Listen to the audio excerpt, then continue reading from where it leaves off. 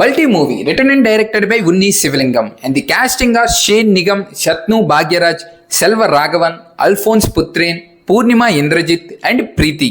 ఇద్దరిని మెచ్చుకోవాలి. ఫస్ట్ వచ్చి షేన్ నిగమ్, డెబ్యూట్ డైరెక్టర్ కి 25th మూవీ నమ్మి ఇవ్వడం. నెక్స్ట్ వచ్చి డైరెక్టర్ ఉన్ని శివలింగం. హీరోస్ కి 25th గానీ 50th గానీ మూవీస్ చాలా స్పెషల్ సినిమాలు. వాటికి ఏ రేంజ్ సినిమా ఇవ్వాలో ఆ రేంజ్ మూవీ ఇచ్చారు. సినిమా గురించి ఏం మాట్లాడతాం, ఇరక్కొట్టేశారంతే. షేన్ నిగమ్ అంటే మనకి గుర్తుకు వచ్చేవి కొమ్మలంగి నైట్స్, ఆర్డిఎక్స్, రీసెంట్ గా మద్రాస్ కరణ్ మూవీ. అదే మైండ్ సెట్ తో 25th మూవీ కదా, ట్రైలర్ కూడా బానే ఉంది అనే ఇంట్రెస్ట్ తో వెళ్ళాక మాత్రం ఒక మాస్ సినిమా చూపించారు. మూవీ స్టార్ట్ నుండి ప్రతి ఒక్క సీన్ ని పవర్ఫుల్ గా ప్లాన్ చేసుకున్నారు. మెయిన్ గా ప్రతి ఒక్క క్యారెక్టర్ ని కానీ వాళ్ళ ప్రొఫెషన్ కానీ ఎలా బిల్డ్ చేశారంటే స్ట్రాంగ్ అండ్ సాలిడ్ అని చెప్పొచ్చు. సినిమా లాంగ్వేజ్ లో ఒకటి అంటారు, విలన్ రోల్ ఎంత స్ట్రాంగ్ ఉంటే హీరో రోల్ అంత హైలైట్ అయ్యిద్ది అని. ఇక్కడ అది కరెక్ట్ గా చూపించారు. మూవీకి సీన్స్ అంత హైలైట్ అవ్వడానికి మేజర్ రీజన్ బ్యాక్గ్రౌండ్ స్కోర్. ఆ సీన్ ఊపు ఉంటుంది అని బ్యాక్గ్రౌండ్ స్కోర్ ముందే ఇండికేట్ చేస్తుంది.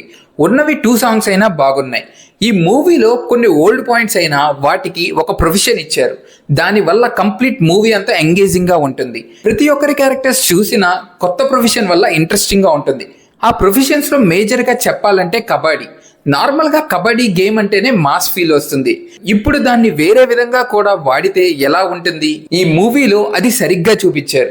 అండ్ మెయిన్ క్యారెక్టర్స్ లో కంప్లీట్ ఒకే మోడ్ కాకుండా ట్రాన్సిషన్ పెట్టడం బాగుంది.